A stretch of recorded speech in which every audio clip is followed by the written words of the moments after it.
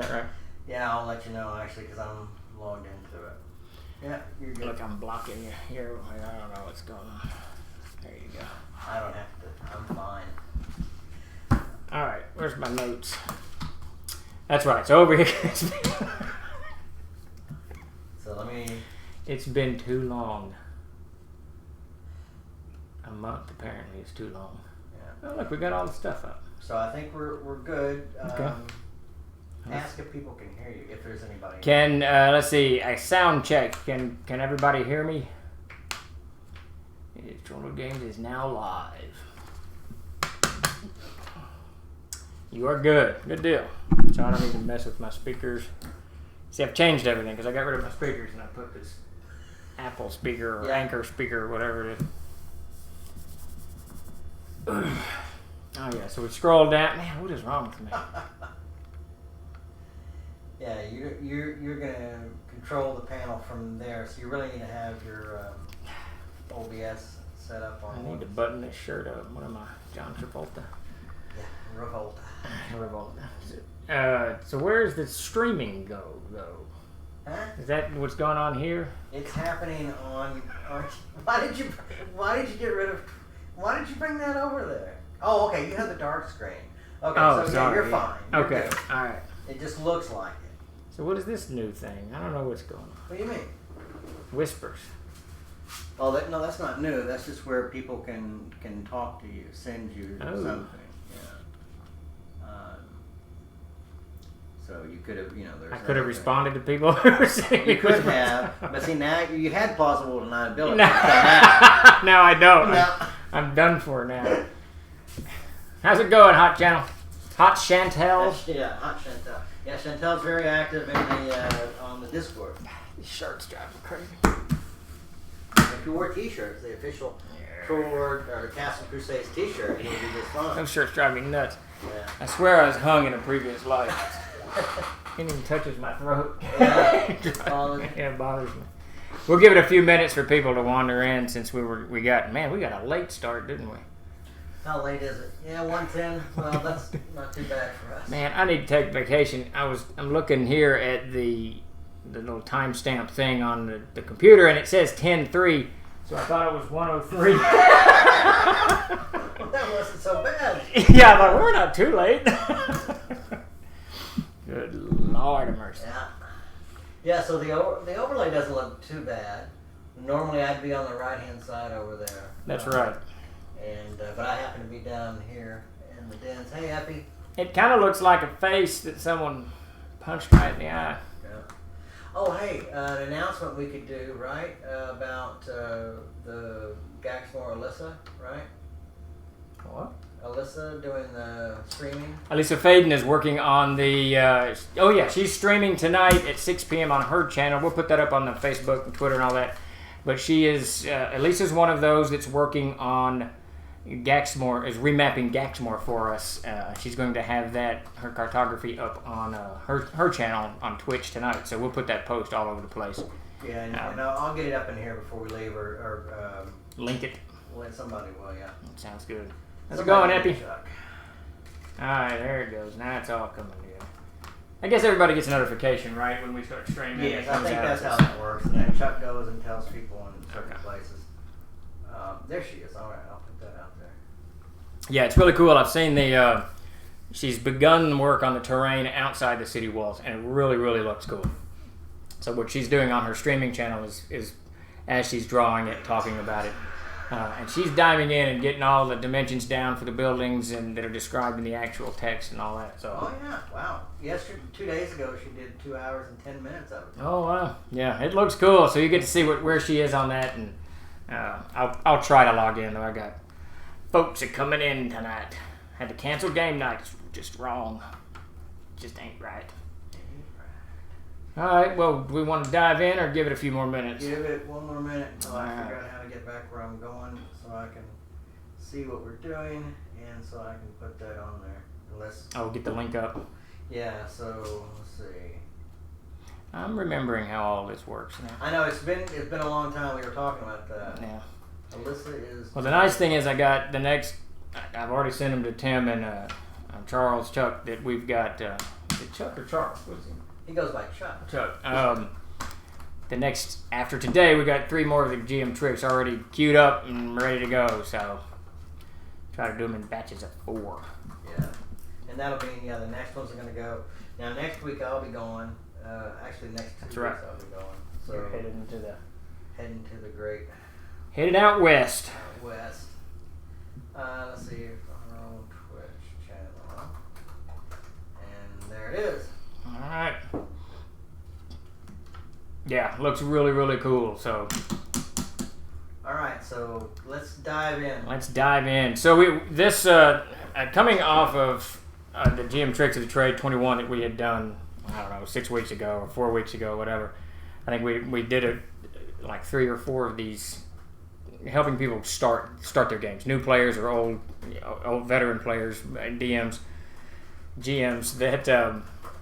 Who were just beginning a game and kind of how to set things up and what I do when I get things rolling and how to introduce new players, blah, blah, blah. With that, we had one of the things I mention a lot when I'm talking about running games is the tone of the game. So I wanted to kind of go from getting your game started to how to set up a tone. So this GM's Tricks of the Trade is a study of tone and just kind of things that I do that you may find work for your game when I'm trying to get whatever tone it is I want across to the players and to the table. So the first thing I think to go over is to differentiate between gameplay and tone, and that was what I put into tip number 1. It's very easy to get confused. I shouldn't say confused, that's the wrong word, but it's very easy to kind of mix the two up. And gameplay is essentially everybody sitting around the table and actually playing the game. You're laughing, you're joking, you're playing the characters, you're talking about whatever movie you saw on Tuesday night, and you're rolling dice, and it's the whole experience of tabletop role-playing where we're all together in a room and we're all just gaming. Tone is very different. Tone is the type of game that you're actually running. So are you running a high fantasy or a gritty fantasy? Or are you running a kind of a tongue-in-cheek?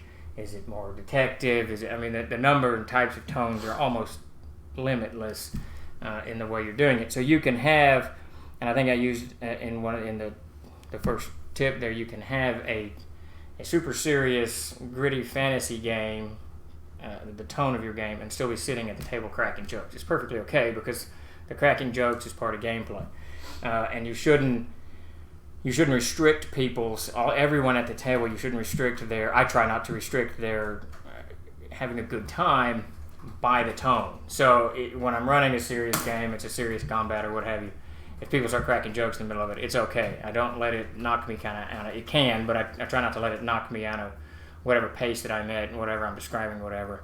It's just people cracking a joke. They're not really trying to wreck your game or something. It happens at times, of course, because jokes and whatever get carried away, but that's gameplay. The tone is what type of game you're talking about. So with these tricks of the trade, or what type of game you're running, with these tricks of the trade, we're not really talking about gameplay. We're talking about tone. So once you kind of differentiated that in your head space, and I probably will do a tricks of the trade on how I handle stuff that goes awry in gameplay, because the people I play with, we've been gaming together for 30 years, 25 years, whatever it is, and I think it's 35 years I've been gaming with Todd. Wow. It's a long time. I didn't know Todd was that old. I didn't know I was that old. Well, I knew you were old. Yeah. Yeah, Todd and I started back in '84, so whatever that is. Yeah, that's a long time. We know each other well. I know, and I'm getting off topic a little bit, but I know that 1/3 of the sentences I say, and it doesn't matter what I'm saying, Todd's going to remember some song that has something similar, and he's going to crack a joke about it. It's just the way it is. But I've learned to deal with all of that without it wrecking the tone of what I'm doing over the years. And that's, actually, I think I'll do that. I'll do that next trick to the trade. Okay. I think because that is a problem. I mean, it isn't when people are talking too much on their phone or cracking jokes or whatever it is. It can wreck your game. But that all aside, so let's focus on tone this time around.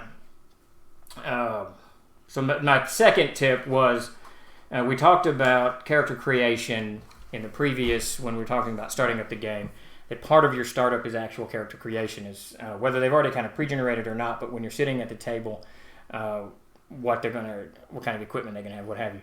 That part of character creation comes huge into tone because you can use that as they're designing their character or as they're fleshing the character out before or right at start of gameplay. You can use that to set the tone.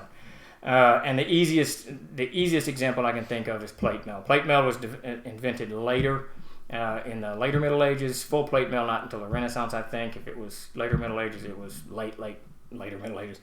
I think those terms are dated now. I don't think they say early Middle Ages and late. I think they've changed that. They changed those, right? I think so, because they changed BC to BCE before Common. And I think they changed the designation of the Middle Ages. But at any rate, you know what I'm talking about. If you're trying to get if you wanted a game that doesn't have plate mail, this is the time to do it. If you want an early medieval game that's kind of set in the Viking era where there's chain mail and ring mail and studded leather and whatnot, then let them know during character creation there is no plate mail here.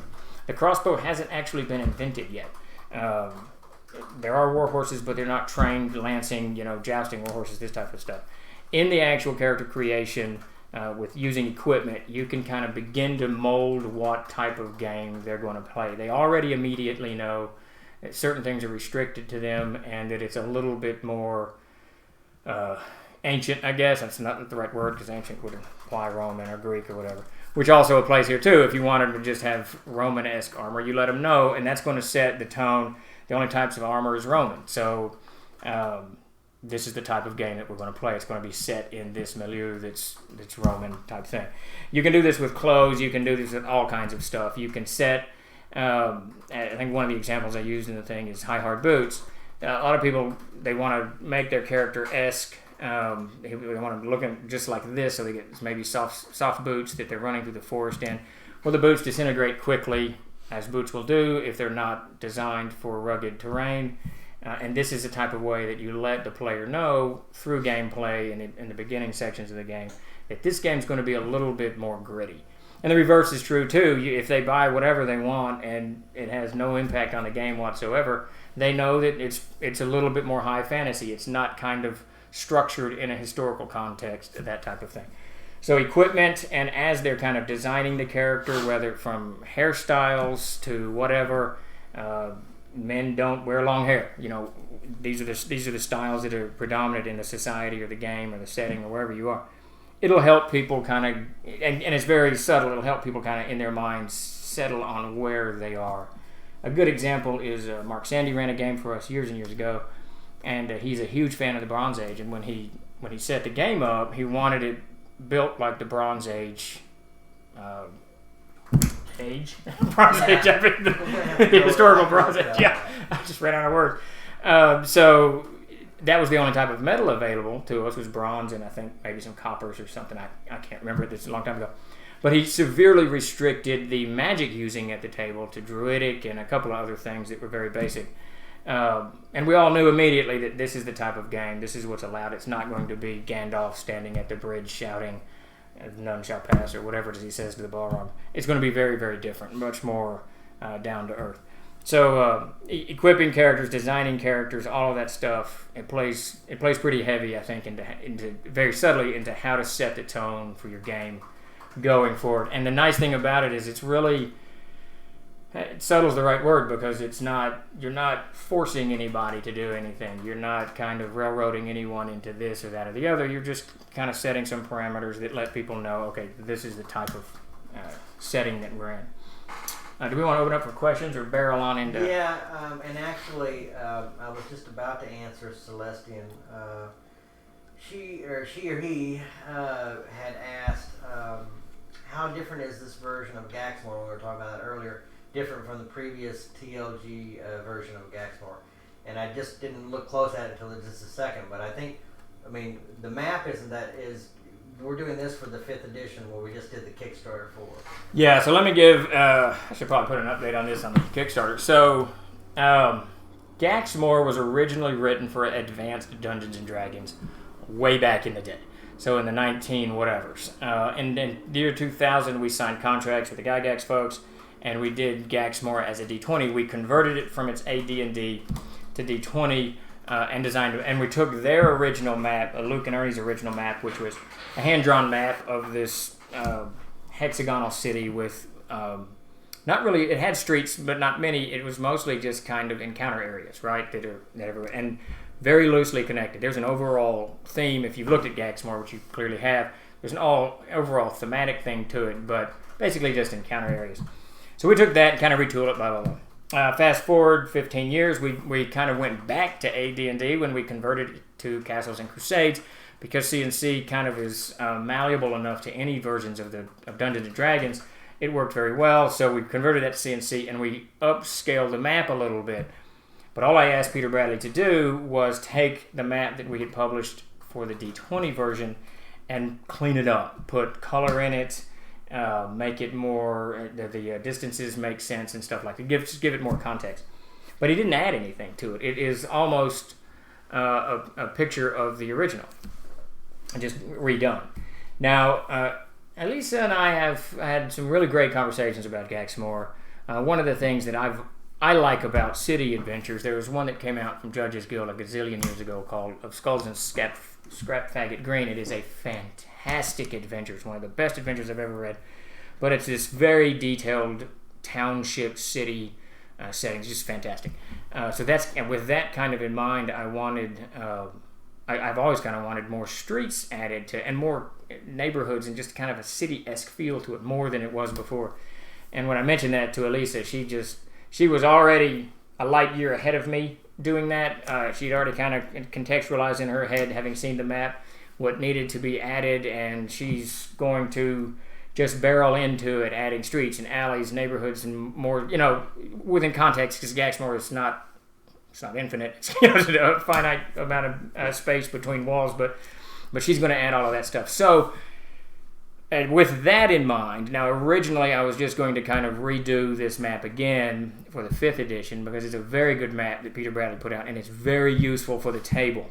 There's no confusion or delay, as Sir Topham Hatt would say, when you're running it, because it's very easy to do, which for fast-paced games like myself is pretty cool. But once Elisa kind of told me what she was envisioning, and it kind of lined up with what I would like to see, not necessarily maybe the easiest, I should say, not the best, but the easiest to convey, I got super excited. So what we're going to do, Peter Bradley doesn't know this yet, but he'll find out soon. What we're going to do is take Elisa's map and retool it, and with the graph and whatnot, so that a new map, and Peter will do this, a new map will match up with hers.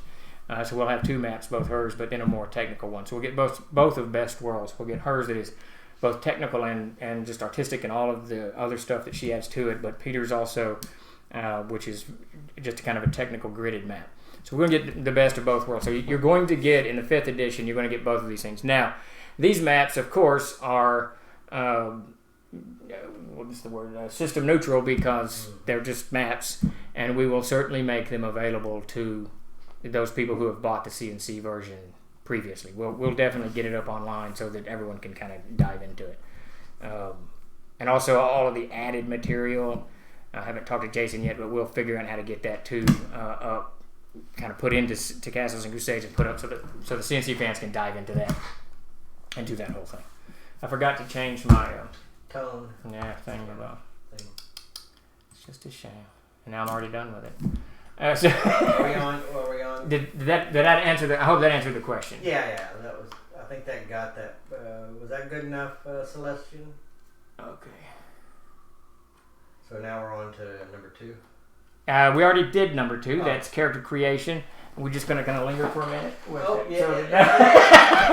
So that it stays there for a second. I was kind of reading to see if there's any. Looks like Googleplex started in 76. Yeah, I started in 77, I think. So you got me there, Googleplex. Little brown books given to my mom by a soldier heading to Korea.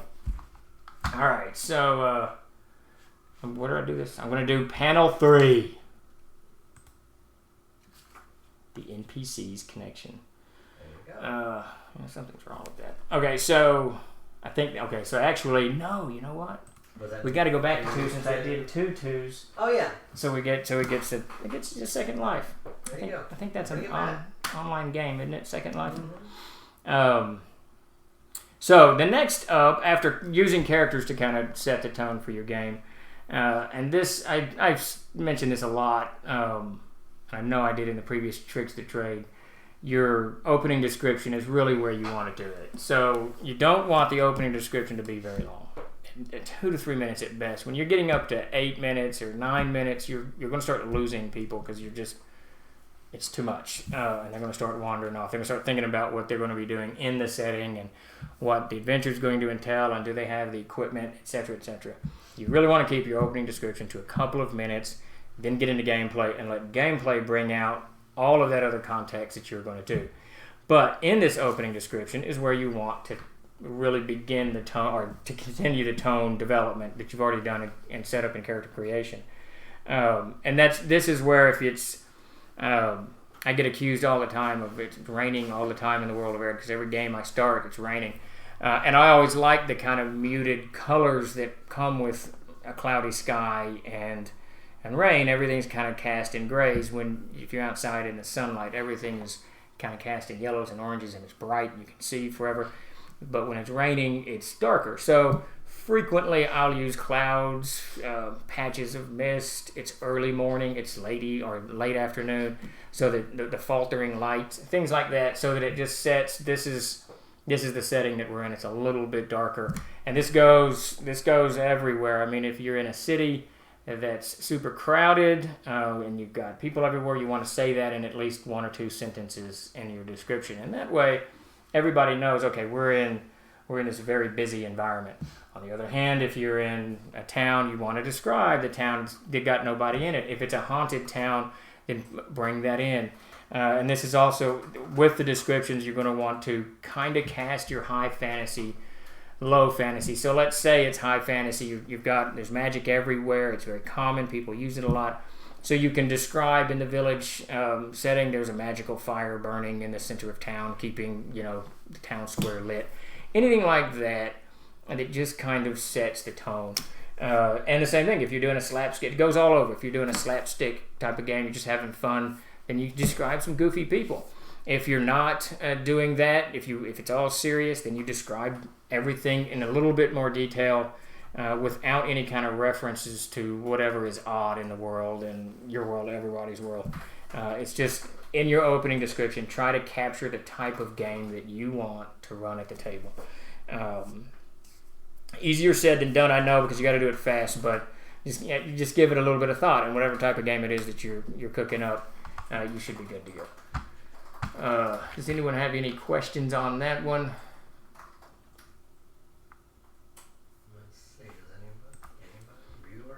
Bueller. No, I think we're good. All right, so we will officially roll on to number 3. So this one, okay, yeah, so NPC. So much like, I think the 2 unsung heroes in RPGs are NPCs and equipment. I use equipment, as you probably, if you've read these GM's tricks, you see it pops out everywhere. I use equipment constantly to set not only the tone, but also I destroy equipment to save characters from getting killed. Destroy magic items, all kinds of stuff, just to make it more dangerous, more hazardous, use up gold, all kinds of stuff. And NPCs fall right into that same category. When you're role-playing an NPC, and it really doesn't matter who it is, whether it's the barkeep, the guard, or whatever, you now have command where the characters were creating themselves, where the players were creating their characters earlier. You now have command of the descriptions. You can describe what type of armor, what type of clothing, what type of styles, or you can do no descriptions of these things so that everybody knows, okay, this is just going to be, we're just barreling into the dungeon. We don't care about all this stuff. And it sets that type of tone too. And then when they're interacting with NPCs, this too sets the tone. If the guardsmen are being joking and humorous, you can already kind of go in that direction. If they're being serious and whatnot and following some kind of feudal law, then you can go in that direction. I think the best I've ever done, as it was a great game, though I thoroughly enjoyed it. It was the best I did in setting that was in the adventure that led to the published adventure Line in the Ropes, where they met Lord Galveston, and the characters kind of came into the adventure. They did a little bit of stuff with a cleric, as I recall. It's some kind of magical gargoyle. I can't really remember at this point where they were. But when they first met Lord Galveston, the tone immediately changed because Lord Galveston was a baron that was part of the feudal hierarchy of the kingdom or the county of Siena.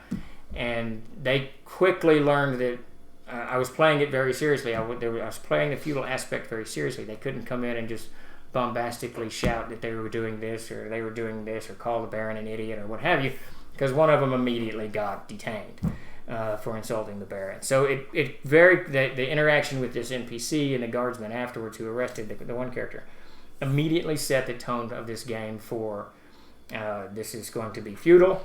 Politics is going to matter. You're going to have to interact with the members of authority in a role-playing sense. So this isn't just going to be one of those games where we go through, target the magical gargoyles or the lion or whatever it is, and slay it and move on. This is going to be something that we've got to role-play. It set the tone very, very fast, and after that occurred, everyone shifted their style, both intentionally and unintentionally, to kind of adapt to the game, because that's what players are very apt at doing. They're very capable. All of us are very capable of changing the way we play when it comes to what's presented by the game master. Most people are. So using NPCs, anytime you can use an NPC, it's a good thing. Like I said, it's in both descriptions and actual role play. So NPCs is a tool that I always recommend you use and try to never forget. All right, so I think we're on to... See, now I got my numbers all mixed up. So I think we should be on to 4, right? Yes. Which is really number... Oh, there's... 5. I got 6 jammed down in the corner there. Well, briefly, you accidentally did 6 on this one instead of 5. Yes. And so that kind of threw everybody off because we're only doing 5. But as I was telling him, he sent out a whole bunch of... he worked on these really hard for several days. He happened to send me number 22 in the series on day 23, and then sent me number 23 in the series on day 24, and so forth and so on. And so I got so confused about what we were doing and where we were doing it. I forgot to tell Chuck to make sure that we had 6, because he had labeled... The reason you have 6 of these, the bonus today, is because he doesn't know how to count. Yes. 1, 2, 2, 3, and then, Numbers are hard. Yeah, they are. I mean, we're word people, so we... Well, I think that... I can't remember, but... Number 1 maybe isn't a trick of the trade. It's really just trying to define what I was talking about. Getting to, kind of like the note, maybe. But I would like to say that's why they were misnumbered, but it's not. I just misnumbered them. That's all there is to it. That's all right. Counting is hard. Yes, Gurgleflex, indeed. Too much of that, not enough sleep, without a doubt. And I've gotten rehooked on a 30 Rock. Man, I love that show. I just love that show. Yeah. So I was up till like 1:30 watching 30 Rock last night. Mary hasn't watched it, so I've been going back with her and watching them with her. That really, I think, I watch a lot of TV. I love television, and I think that those two, Alec Baldwin and Tina Fey, maybe the best duo I've ever seen on television. Yeah, the way they back and forth are very impressive. And they so subtly insult everybody. Not even subtly, sometimes it's just fun. Everyone. It's just good. Well, it's just a good show. So I have rediscovered that to my schedule's dismay. All right, so I think we're on to number 4. Engage the player. So this is a little more challenging, I think. You really, anytime you have a group of 4 or 5 people sitting at your table, some are going to be more into gaming than others are. Wait, I think we had a question. Do I need to? Yeah. Epi, no, not yet. There's a small problem with the gazetteer. I need a gazetteer for the harvesters before I release it. I've talked to John about it. We're trying to work his schedule out. Of course, he had moved on to doing other things. It's not going to be very long, but I need the gazetteer done before I can actually release the box set. So I'm hoping in the next couple of weeks. We've already got the cover done. It's ready to go. But John's got to get that content to us. And I think most of it's done. I think it's just buried in all of those Doomaflotchies, the 3 adventures, I guess 4 adventures, whatever it is. But I want everything that's listed on the map to have a short description so that when you're playing in Harvesters, it really is a complete game. You don't have to worry about trying to figure out what's where when you're running it, especially for youngsters who are playing the game. So I'm hoping in the next couple of weeks. I talked to him Monday, and we're trying to work his schedule out. So I will keep everybody posted on that. Yeah, it needs to come out. It's been sitting there 2 months. Something like It's been sitting there for quite a while, Yeah, we fulfilled the Kickstarter. Everybody's got all their stuff, but I don't like the product not finding a new home. All right, so what were we doing? Number 4 or 5? 4 or 5, yeah, /5. Okay, yeah. Engage players, right.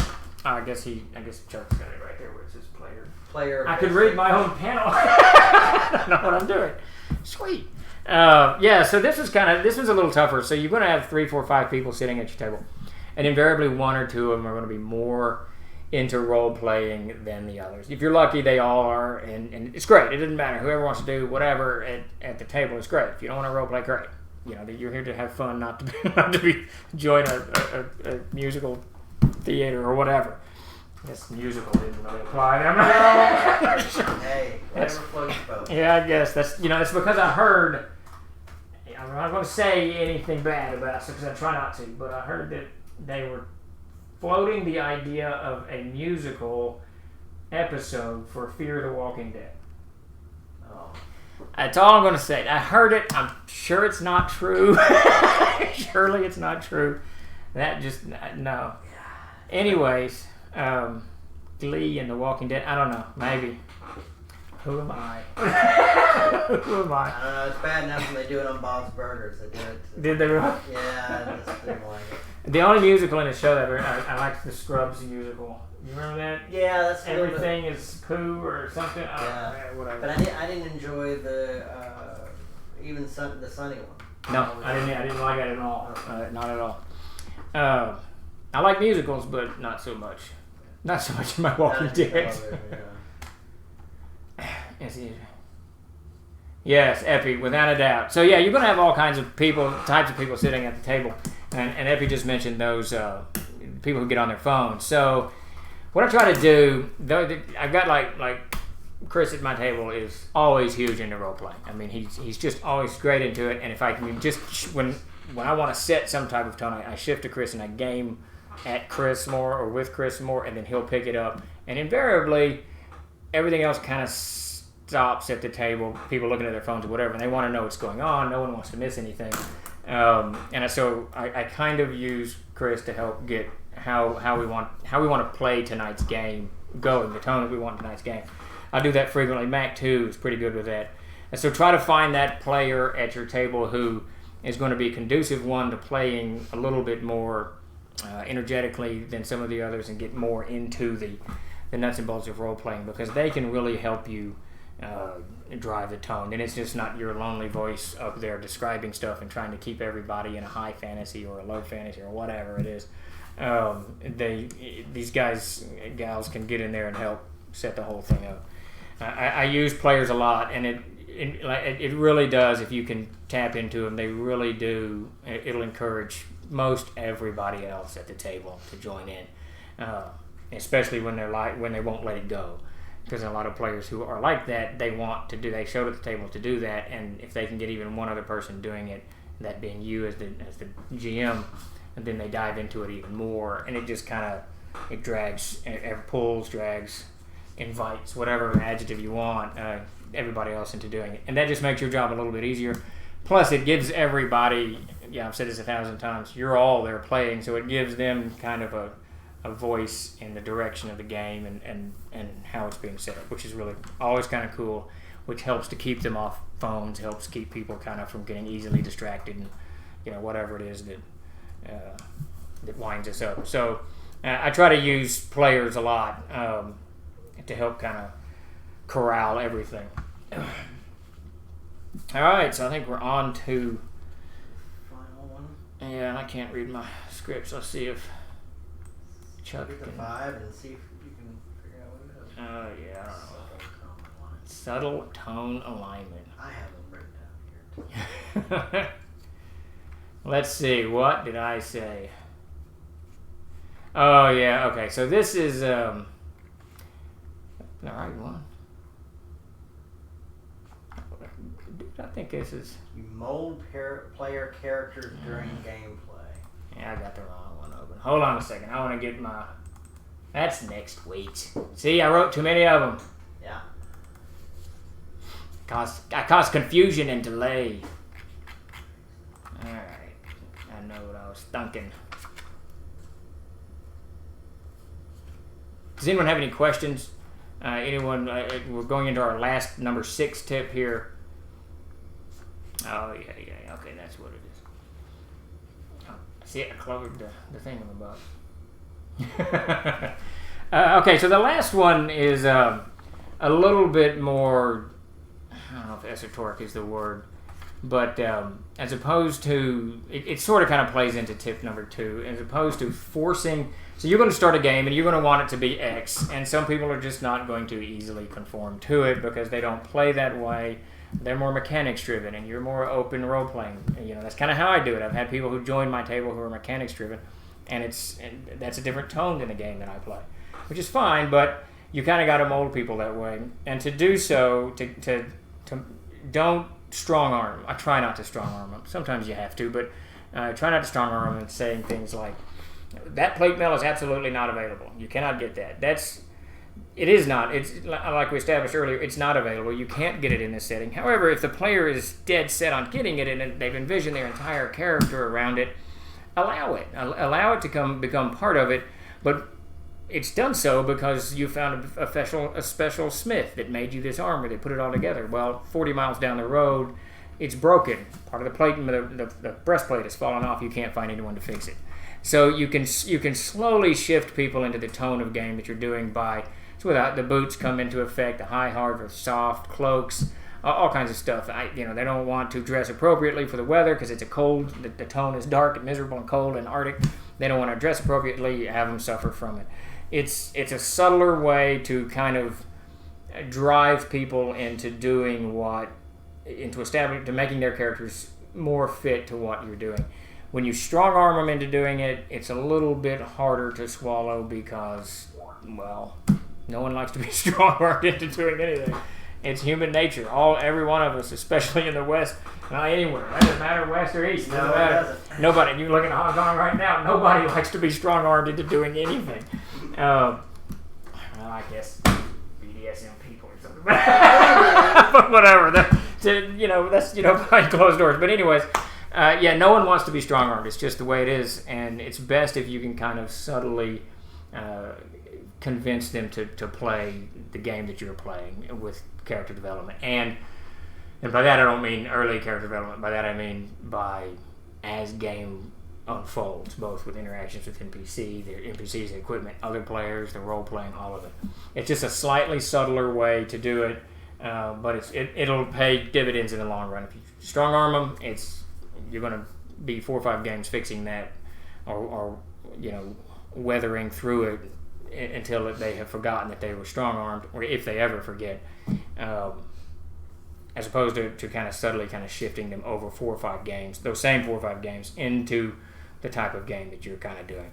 Davis has this problem a lot because when you play in the world of Gonzea, when Davis is running it, it's very, very gritty, and there's very little treasure, and there's very little magic, and that magic that you run into is potent. There's a lot of very potent divine magic or divine response. So, like even to say a god's name wrong could get you in trouble. So there's all kinds of things in the Gonzea setting that a lot of traditional players, when they're at Davis's table, now, of course, you buy the setting, you do what you want with it, but you're at Davis's table, and it's a little tougher to play.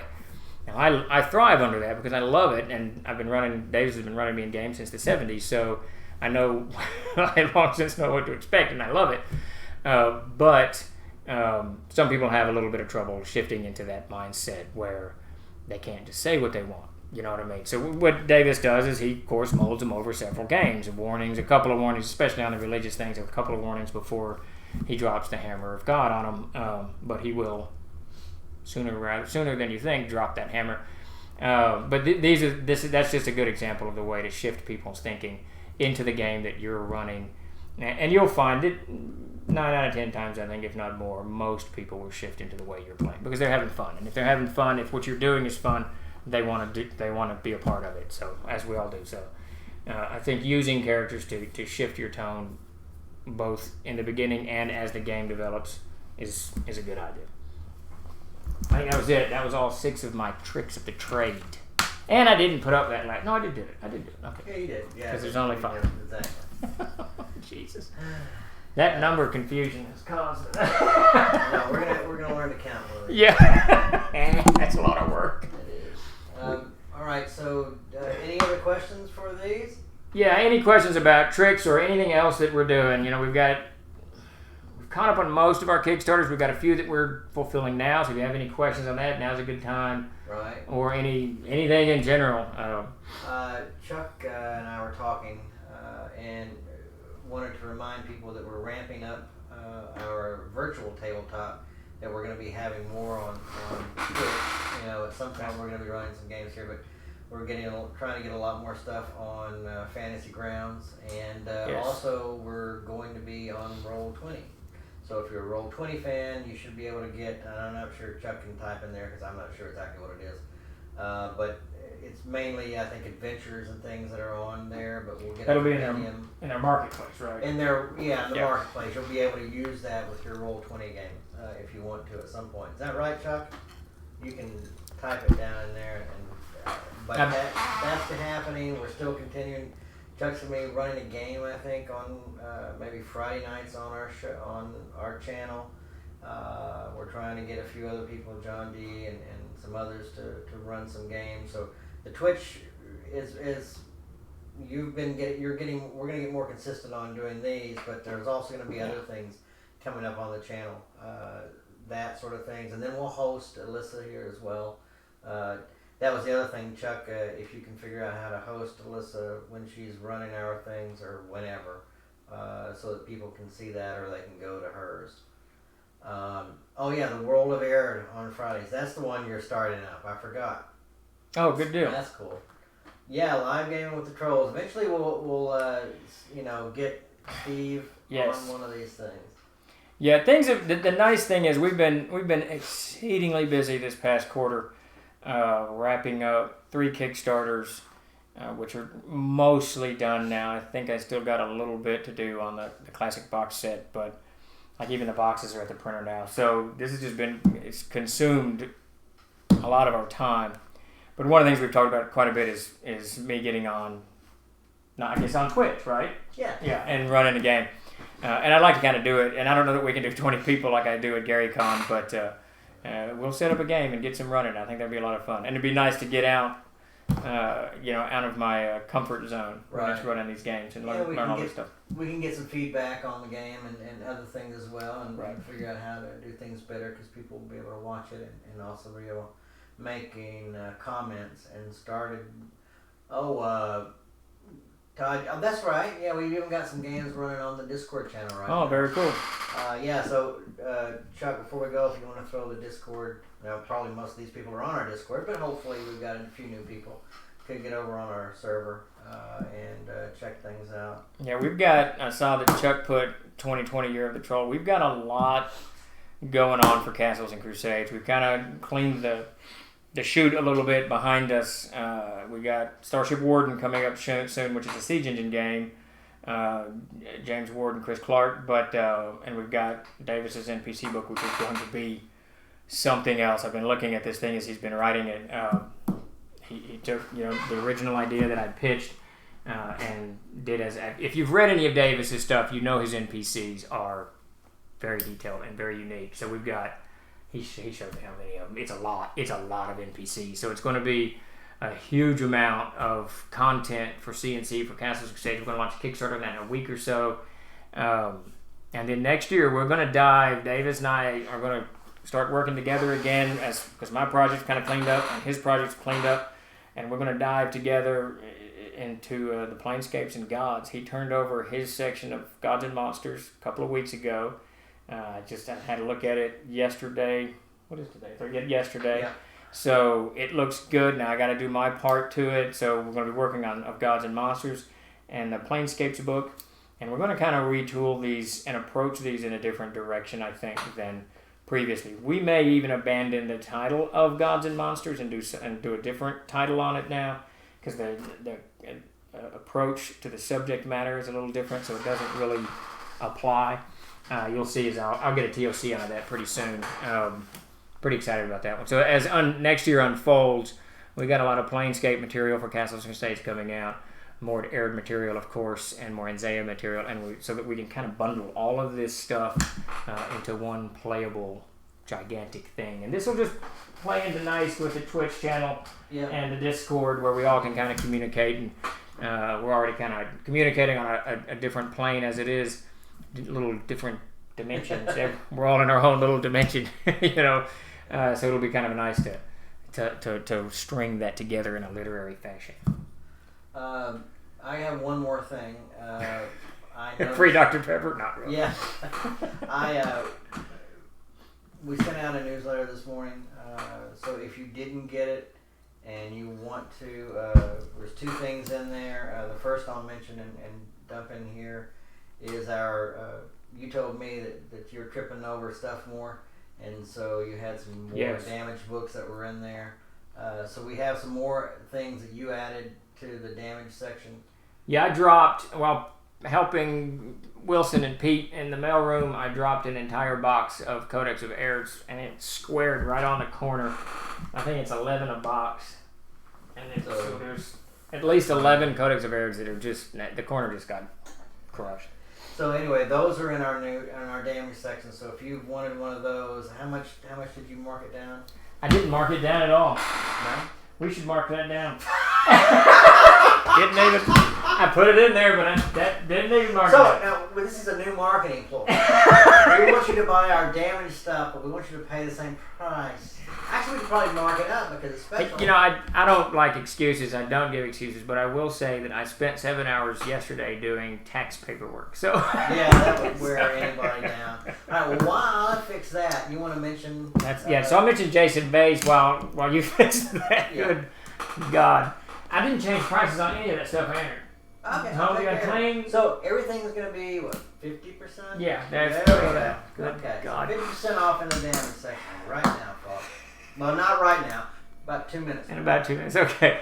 So the other thing that was mentioned is Jason Vey, who many of you may know, you may not know him, but he wrote Amazing Adventures, which is one of our best-selling RPGs.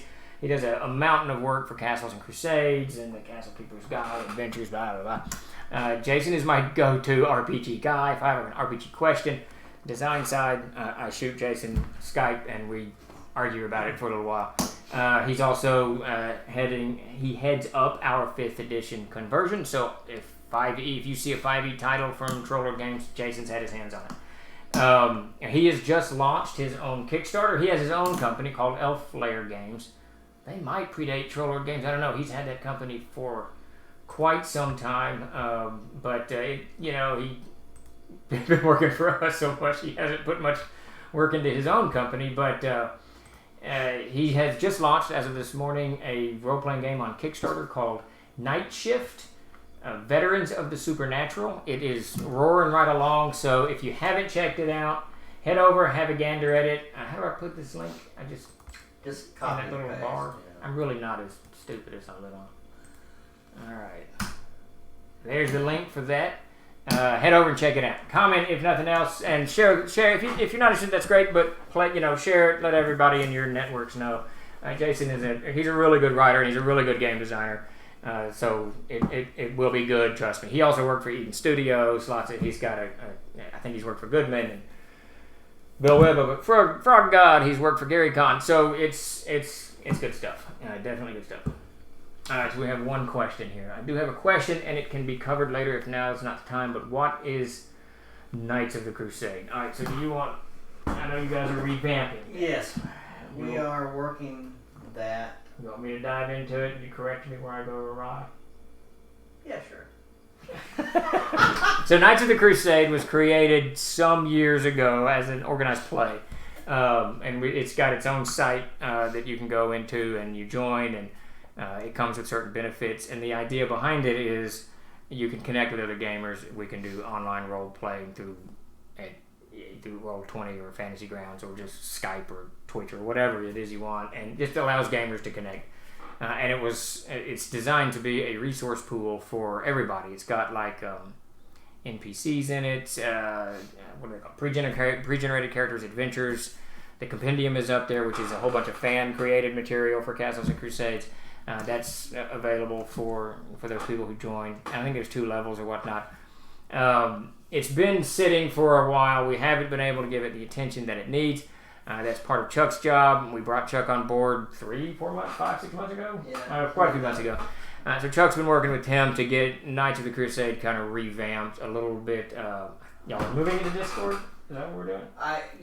The plan is to move it into Discord because it needs to be I've never been in love with the site the way it's set up online.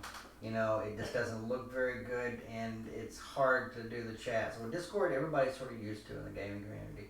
So now we can move that to Discord, and we're going to kind of revamp the reward system and the way those works, and we're going to try to do, because really what the Knights of Crusade in my mind is for people that love to game, this is sort of our people that are driving the game and driving Castle Crusade.